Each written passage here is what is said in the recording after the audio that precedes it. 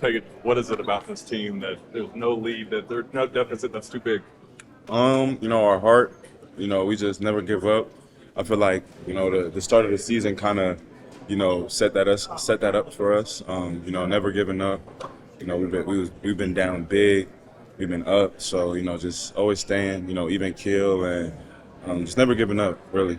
What was the halftime speech like? What was the vibe in the locker room? It was good, like I said, because we've been here, so we know like we can't come in here. We can't come into the locker room like all down, depressed, or too rattled. Obviously, we had some adjustments that we had to do, and we did them. And that's what our halftime looks like. It's more just figuring out how we can fix it. Can you kind of sum up what tonight was like with the 96 team coming back with denim uniform, like just kind of all of the tradition that encompassed what it was?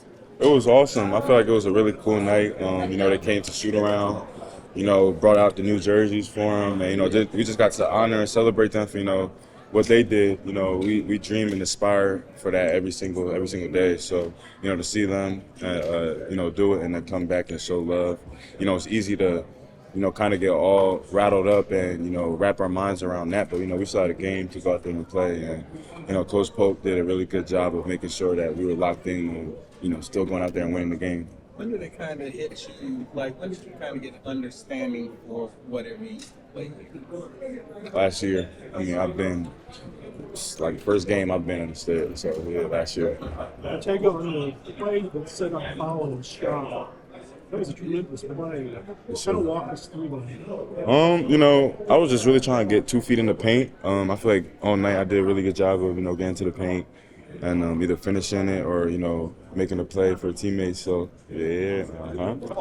Come on, man. Yeah. So that's kind of what it was, just, trying to get 2 feet in the paint. Colin was open. So, I'm thankful that it was him because, he going to make those big-time shots every single time. So. How much comfort have you gained as a playmaker? Oh, a lot. We have a lot of, great players around me. So, just being able to, spray the ball and knowing that, someone else can make a play, it's great. And, I love playing with those guys every single day. They make me better and they make my game grow as well. Teammate hyping you up. He made a great play as well. And so it's just so fun to do it together like that. You really settled into this role where you're able to do something in a very critical time at the end of the game, whether it's a steal, a rebound, a shot. Is that something that comes naturally to you, or is that something you learn to do? No, well, I think what's special about it is there's nothing special about it. It's in the flow of what we're doing. It's what we do, right? I didn't do anything special today. Ortega got downhill and sprayed it for a 3 as the defense collapsed. That's what we do, right? It just happened to be at that time. And so I think that's what makes our team great, especially at the end of games, is we haven't allowed teams to force us to do something we aren't comfortable doing. Ortega said after the game, he said, I got downhill, and he said, I saw it was Colin that the ball was going. He said, I knew it was in. Yeah. How important is it for your teammates to have that kind of confidence in you late in the game? Yeah, it's huge, and it's huge to close games out like that. And I was saying it's big to earn that because there's no other way to go about it other than earning it, and a very selfless play by O, and so that's how I know that I've earned trust is when O can make a play like that. Colin, how did you good, play good? Did the denim uniforms help you guys tonight? They're beautiful. I thought they were beautiful. I loved the the blue, the whole vibe of it, and so yeah, look good, play good. Is there anyone that didn't like it? No, not one person. Yeah, I don't think there was one complaint I heard. Yeah. How did you guys win this game? Because you struggle with the foul line as a team, got killed on the glass, and yet you guys are the ones that get to celebrate afterwards.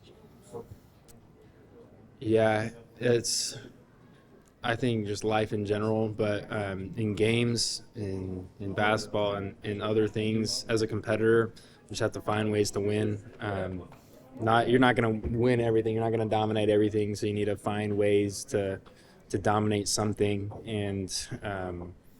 and find ways to win. And I think that's what we did. How would you describe It's about our story and what we write. So I think just him saying that, it really just gave us like this full gas right there, and just to allow us just to play our way and not let the outside noise bother us.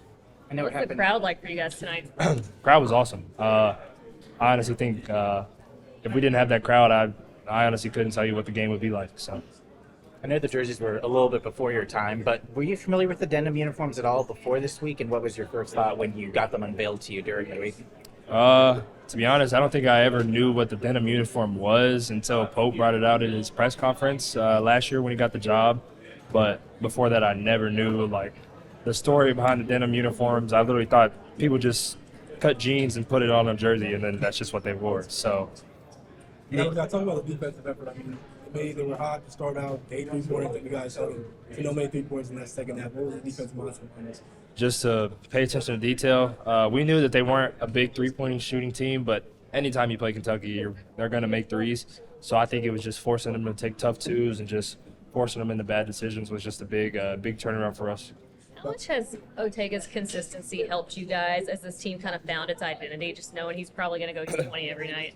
I mean, he's our leader. The way he goes, we go. And, I mean, when you see him getting 20 every night, working hard, he always gets the toughest assignment on defense, and then he has to play 38 to 40 minutes a game and having to be the main guy on offense too. I mean, I think that's just that's a show of leadership, and I think everybody kind of just wants to follow in that direction.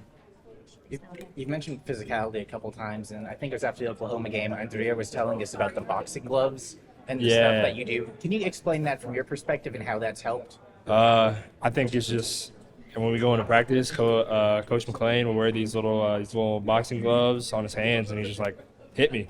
And I think it's just to emphasize, like, when we go into these games, we got to hit people, we got to go get the rebounds, and we got to bring the physicality to them, not let it be the other way. Has that helped, like, I guess, unleash anything in you just in terms of delivering that first I think at this point we've kind of just started having fun with hitting each other in practice, and then he calls it, we have a tunnel of doom, and you hit the pads, and then you literally run through a tunnel of guys with pads, and they're just hitting you, smacking you. You just got to accept it, and I think it's became fun. And I know you and